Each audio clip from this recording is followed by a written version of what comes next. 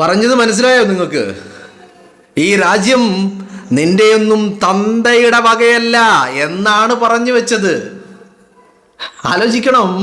അരാഷ്ട്രീയവാദികളെന്ന് സമൂഹം പലപ്പോഴും തെറ്റിദ്ധരിച്ച ഒരു കൂട്ടം രാജ്യത്തിൻ്റെ ഭാവി വാഗ്ദാനങ്ങൾ അവരിന്ന് പച്ചക്ക് രാഷ്ട്രീയം പറഞ്ഞുകൊണ്ടിരിക്കുകയാണ്. ഭയമെന്ന് പറയുന്നത് അവരെ ആരെയും തൊട്ട് തീണ്ടിയിട്ടില്ല. മാത്രവുമല്ല, ഈ രാജ്യം ആരുടേതാണ് എന്നതിനെക്കുറിച്ച് വ്യക്തമായ ധാരണ ഈ തലമുറക്കുണ്ട് എന്ന് പറയുന്നത് ഒരു വലിയ പ്രതീക്ഷയാണ് നൽകുന്നത്, ശുഭപ്രതീക്ഷയാണ് നൽകുന്നത്. ആലോചിക്കണം. നമ്മളെല്ലാവരും എഴുതിത്തള്ളിയ ഒരു തലമുറ മൊബൈലുകളിലേക്ക് ചുരുങ്ങിപ്പോയി എന്ന് നമ്മൾ പറഞ്ഞ ഒരു തലമുറ. അവർ മൊബൈലുകളിലായിരുന്നെങ്കിലും കൃത്യമായ രാഷ്ട്രീയ ബോധം അവർക്കുണ്ട് എന്ന് ആ തലമുറ ഇന്ന് രാജ്യത്തോട് വിളിച്ചു പറയുക. അത് വിളിച്ചു പറയാൻ അവർക്ക് ഒരു ഭയവുമില്ല എന്ന് അവർ രാജ്യത്തോട് പറഞ്ഞുകൊണ്ടേയിരിക്കുകയാണ്. ഇപ്പം കഴിഞ്ഞ ദിവസം പൂനെയിൽ രാഹുൽ ഗാന്ധിയുടെ നേതൃത്വത്തിൽ നടന്ന മഹിളാ റാലി ഛത്രോം കി ഗൂഞ്ച് സ്പെഷ്യൽ എപ്പിസോഡ്. അപ്പോൾ അതിൽ പങ്കെടുത്ത ഈ പറയുന്ന മഹാരാഷ്ട്രക്കാരിയായിട്ടുള്ള ഗായിക, അവരുടെ വാക്കുകളാണ് നിങ്ങൾ കേട്ടത്. വളരെ കൃത്യമായിട്ട്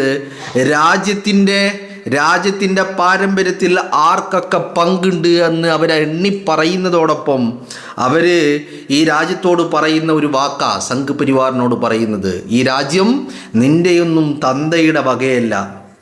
നഹാസിംഗ്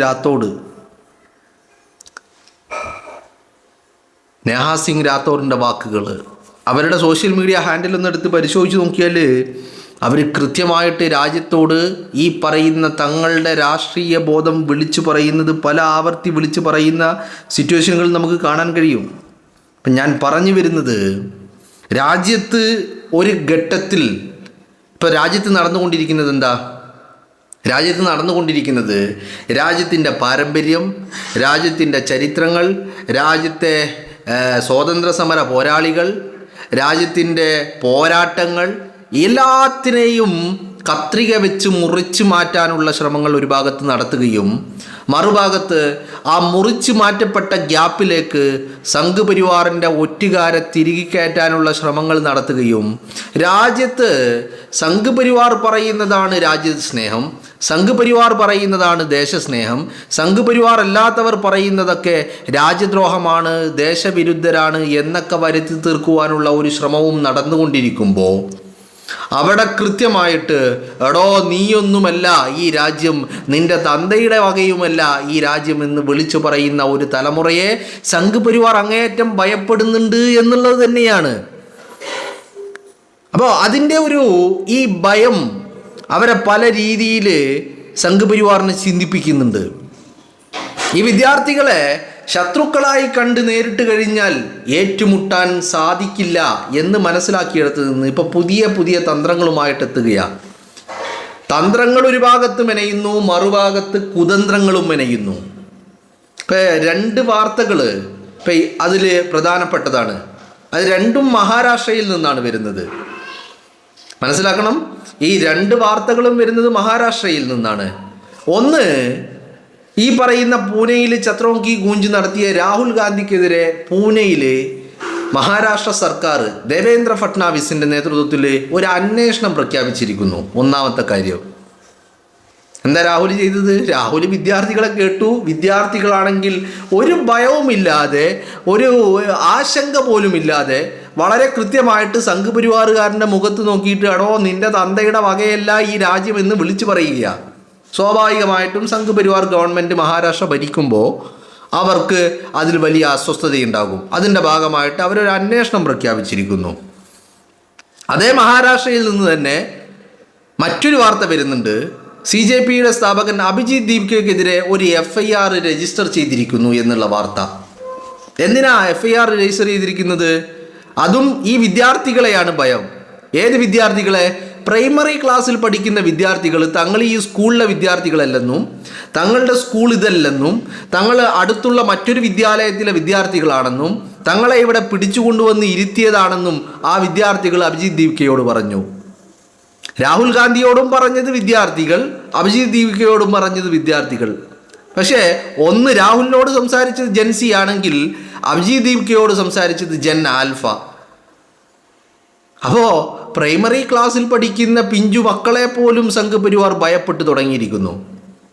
എന്ന് പറഞ്ഞാൽ ഈ പറയുന്ന ചോദ്യങ്ങളും ശബ്ദങ്ങളെയും ഭയപ്പെടുന്നു. അതിൻ്റെ പരമായിട്ട് അഭിജിത്ത് ദീപ്കയ്ക്കെതിരെ ഒരു കേസ് എടുത്തിരിക്കുക. എന്താണ് കേസ്? കേസെന്ന് പറയുന്നത് സ്കൂളിൽ അതിക്രമിച്ച് കയറി എന്നാണ്. ഏത് സ്കൂളിലാണ്? ഗവൺമെൻറ് സ്കൂളിൽ.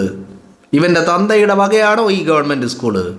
രാജ്യത്തെ ജനങ്ങളുടെ നികുതി പണത്തിൽ നിന്ന് പ്രവർത്തിക്കുന്ന ഒരു സ്ഥാപനം. ആ സ്കൂളിലേക്ക് കയറാൻ എന്തിനാണ് ഇവൻ്റെയൊക്കെ തന്തയുടെ പെർമിഷൻ എന്നുള്ളതാണ് നമ്മൾ ചോദിക്കുന്ന തിരിച്ചൊരു ചോദ്യം എന്ന് പറയുന്നത്. ഇപ്പം ഞാൻ പറയുന്നത്, ഇപ്പം കേസെടുക്കാൻ ഇപ്പോൾ ആർക്കും വേണമെങ്കിൽ കേസെടുക്കാം. എന്തേ കേസെടുത്തതിനുള്ള കാരണം അഭിജിത്ത് ദീപ്ക സ്കൂളിൽ പോകുന്നു, അവിടെയുള്ള വിദ്യാർത്ഥികൾ പോലും ആ സ്കൂളിലെ അല്ല എന്ന് രാജ്യം തിരിച്ചറിയുക. അപ്പം അങ്ങനെ ഒരു ഘട്ടത്തിൽ തങ്ങളുടെ കള്ളക്കളികളും ഈ അഡ്ജസ്റ്റ്മെൻറ്റുകളും ഒക്കെ പൊളിയുന്ന ഒരു കാഴ്ച കാണുമ്പോൾ, രാജ്യത്തെ വിദ്യാഭ്യാസ മേഖലയെക്കുറിച്ച് വലിയ ചർച്ച രാജ്യത്ത് നടക്കുമ്പോൾ, ഒരുപാടധികം ആയിരക്കണക്കിന് ചോദ്യങ്ങൾ രാജ്യത്തിൻ്റെ വിവിധ കോണുകളിൽ നിന്ന് വിദ്യാഭ്യാസ മേഖലയെക്കുറിച്ചുള്ള ചോദ്യങ്ങൾ ഉയരുമ്പോൾ അത് ഈ പറയുന്ന ഭരണകൂടത്തെ വല്ലാതെ അസ്വസ്ഥപ്പെടുത്തുന്നുണ്ട് എന്നുള്ളതാണ്. ആ അസ്വസ്ഥതയാണ് ഇവർ FIR രജിസ്റ്റർ ചെയ്തുകൊണ്ട് പക തീർക്കാം അല്ലെങ്കിൽ വേട്ടയാടാമെന്ന് കരുതുന്നത്. ഇവിടെ FIR രജിസ്റ്റർ ചെയ്യപ്പെടുന്നതിനെ കുറിച്ച് പറയുമ്പോൾ രണ്ട് കാര്യങ്ങൾ പറയണം. സ്കൂളിൽ അതിക്രമിച്ച് കയറി എന്ന് പറഞ്ഞ് അഭിജിത്ത് ദീപ്കയ്ക്കെതിരെ FIR ഇടുന്നു. വിദ്യാർത്ഥികളുമായിട്ട് മഹാറാലി നടത്തി എന്ന് പറഞ്ഞിട്ട് രാഹുൽ ഗാന്ധിക്കെതിരെ FIR ഇടുന്നു. എന്നാൽ ഡൽഹി പോലീസ് ക്രൂരമായി ആക്രമിച്ച് പെല്ലറ്റ് ഗൺ ഉപയോഗിച്ച് ആക്രമിച്ചു എന്ന് പറഞ്ഞൊരു വിദ്യാർത്ഥി സ്റ്റേഷനിൽ പോയി പരാതി പറയുമ്പോൾ അതിന് FIR ഇടാൻ തയ്യാറാകുന്നുമില്ല. ആലോചിക്കണം. ഇപ്പോൾ അഭിജിത്ത് ദീപ്കയെ അതിക്രമിച്ച് കയറി എന്ന് ആരോപിച്ചിട്ടാണ് FIR ഇട്ടത്. ഇവിടെ ഒരു വിദ്യാർത്ഥി ക്രൂരമായി ആക്രമിക്കപ്പെട്ട് തൻ്റെ ഒരു കണ്ണിൻ്റെ കാഴ്ച പോലും നഷ്ടപ്പെട്ടു എന്നുള്ള ഘട്ടത്തിൽ നിൽക്കുക. ആ കാഴ്ചയെക്കുറിച്ച് തിരിച്ച് കിട്ടുമോ എന്ന് പോലും പറയാൻ പറ്റാത്ത ഒരു സിറ്റുവേഷനിൽ നിൽക്കുമ്പോൾ താൻ പെൻലറ്റ് ഗണ്ണ് ഉപയോഗിച്ച് ആക്രമിക്കപ്പെട്ടു എന്ന് പരാതി പറയുമ്പോൾ FIR ഇടാൻ തയ്യാറാവുന്നുമില്ല. അപ്പോൾ ഇവർക്ക് എന്താണ് താല്പര്യം രണ്ടാണല്ലോ. ഇപ്പം രാജ്യത്തെ വിദ്യാഭ്യാസ മേഖല തകർന്ന് തരിപ്പണമായിരിക്കുന്നത് രാജ്യം കാണാൻ പാടില്ല, രാജ്യം അറിയാൻ പാടില്ല. വിദ്യാഭ്യാസ മേഖലയിൽ നടക്കുന്ന ക്രമക്കേടുകൾ, വിദ്യാഭ്യാസ മേഖലയുടെ ശോചനീയാവസ്ഥ, വിദ്യാഭ്യാസ മേഖലയുടെ പരാജയം, വിദ്യാഭ്യാസ മേഖലയുടെ ദയനീയമായ സിറ്റുവേഷൻ, ഇതൊന്നും രാജ്യം കാണരുത്, കേൾക്കരുത് എന്ന് ഇവർക്ക് വല്ലാത്തൊരു വാശി. അപ്പം അത് പുറം ലോകത്തെത്തിക്കാൻ ആരെങ്കിലും പണിയെടുക്കുന്നുണ്ടെങ്കിൽ അവനെയൊക്കെ കേസിൽപ്പെടുത്താം. എന്നാൽ ഒരു വിദ്യാർത്ഥി തനിക്ക് നേരിടേണ്ടി വന്ന അക്രമത്തെക്കുറിച്ച് പരാതി പറഞ്ഞാൽ അത് നെവർ മൈൻഡ് എന്നുള്ള ഒരു മനോഭാവം, മെൻറ്റാലിറ്റി. അപ്പം അവിടെയാണ് ഈ വിദ്യാർത്ഥികൾ, കാരണം ആ വിദ്യാർത്ഥി ആക്രമിക്കപ്പെട്ടു എന്ന് പരാതി പറയുമ്പോൾ FIR ഇടാത്തതിൻ്റെ കാരണം എന്താ? ഈ രാജ്യം നിന്റെ തന്തയുടെ വകയല്ല എന്ന് പറയുന്ന വിദ്യാർത്ഥികളിൽപ്പെട്ടവരാണ് അവൻ. അതിനാണല്ലോ ശ്രമിക്കുന്നത്. ഈ രാജ്യം സംഘപരിവാറിൻ്റെതാണ് എന്ന് പറയാൻ ശ്രമിക്കുമ്പോൾ അല്ലടോ ഇത് നിന്റെ തന്തയുടെ വകയല്ല എന്ന് വിദ്യാർത്ഥികൾ തിരിച്ചു പറയുമ്പോൾ അതിലും വലിയ അസ്വസ്ഥത വേറെയുണ്ടോ? ഇല്ലല്ലോ അല്ലേ? VD സവർക്കർ എന്ന് പറയുന്ന രാജ്യം കണ്ട രാജ്യദ്രോഹിയുടെ പേരിലേക്ക് അവനെ വാഴിക്കാൻ വേണ്ടി പണിയെടുക്കുമ്പോൾ അല്ലടോ അവൻ ഒറ്റുകാരനാണ്, അവൻ കാല് നക്കിയവനാണ്, അവൻ മാപ്പെഴുതി കൊടുത്തവനാണ്, അവൻ ഭീരുവാണ്, അവൻ രാഷ്ട്രപിതാവിനെ വെടിവെച്ച് വീഴ്ത്തിയവനാണ് എന്ന് പറയുമ്പോൾ സ്വാഭാവികമായിട്ടും അസ്വസ്ഥതയുണ്ടാകും. ഇതൊക്കെ ഞങ്ങളുടേതാണ്, ഞങ്ങളാണ് രാജ്യം എന്ന് പറയുമ്പോൾ അല്ലടോ നിന്റെ തന്തയുടേതല്ല ഈ രാജ്യം എന്ന് പറയുമ്പോൾ അസ്വസ്ഥതയുണ്ടാവും.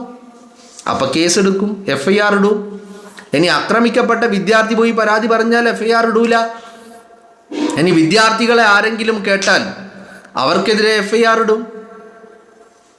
മനസ്സിലായില്ലേ? അപ്പോൾ വിദ്യാർത്ഥികൾക്ക് വേണ്ടി യഥാർത്ഥത്തിൽ ആരെങ്കിലും നിലകൊണ്ടാൽ അവനെ FIR ഇട്ട് കേസെടുത്ത് വേട്ടയാടാൻ വേണ്ടിയുള്ള ഒരു ശ്രമം നടക്കുക. മറുഭാഗത്ത് വിദ്യാഭ്യാസ മേഖലയെ തച്ച് തകർത്ത് നശിപ്പിച്ച് നാറാണക്കല്ലടുപ്പിച്ച് വെച്ചിരിക്കുകയും ഒരു ഭാഗത്ത്. അതാണ് സിറ്റുവേഷൻ. അവിടെയാണ് ഈ വിദ്യാർത്ഥികൾ രാജ്യത്തെ ഭരണാധികാരിയോട് പറയുന്നത്, നിന്റെ തന്തയുടെ വകയല്ല ഈ രാജ്യമെന്ന്. അല്ലേ? ആലോചിച്ച് നോക്കണം. അപ്പോൾ അത് സംഘ് പരിവാറിനെ വല്ലാതെ അസ്വസ്ഥപ്പെടുത്തുന്നുണ്ട് എന്നുള്ളത് തന്നെയാണ്. എസ്പെഷ്യലി രാജ്യത്തെ വിദ്യാർത്ഥികൾ, രാജ്യത്തെ വിദ്യാർത്ഥിനികൾ, ആണും പെണ്ണും ഒരേ ശബ്ദത്തിൽ പറയുന്നു, ഈ രാജ്യം നിന്റെ തന്തയുടെ വകയല്ല എന്ന് മാത്രമല്ല അവർ പറയുന്നത്, ഈ രാജ്യത്തിൻ്റെ പാരമ്പര്യം എന്താണ് എന്ന് കൂടി അവർ വിളിച്ചു പറയുമ്പോൾ 100 കൊല്ലം RSS പണിയെടുത്തിട്ടും 10, 15, 16, 17, 18, 19, 20, 21, 22, 23 വയസ്സുള്ള എന്ന് പറഞ്ഞാൽ അത്ര കാലം മാത്രം ഈ ലോകത്ത് ജീവിച്ച വിദ്യാർത്ഥികൾ അല്ലടോ നിന്റെ ചരിത്രം ഇതല്ല, നീ രാജ്യത്തിൻ്റെ ഒറ്റുകാരനാണ് എന്ന് പറയുമ്പോൾ അവർക്കുണ്ടാകുന്ന ഒരു വെപ്രാളം ചില്ലറയല്ല. ആലോചിക്കണം, ചില്ലറ വർഷമല്ല, 100 കൊല്ലായി RSS പണിയെടുക്കുന്നു ഈ രാജ്യം ഞങ്ങളുടേത് മാത്രമാണെന്ന് പറയാൻ വേണ്ടിയിട്ട്. പക്ഷേ 100 കൊല്ലം പണിയെടുത്തിട്ടും അവസാനം 10-20 കൊല്ലം ജീവിച്ച വിദ്യാർത്ഥികൾ പറയാണ് അവരോട്, അല്ല നിൻ്റെതല്ല ഈ രാജ്യം, നിൻ്റെ തന്തയുടെ വകയുമല്ല, ഈ രാജ്യത്തിൻ്റെ പാരമ്പര്യത്തിൽ ആർക്കൊക്കെ അവകാശമുണ്ടെന്ന് അവരിങ്ങനെ എണ്ണി എണ്ണി പറയുക. അസ്വസ്ഥപ്പെടാതിരിക്കുമോ? രോഷം വരാതിരിക്കുമോ? വരും.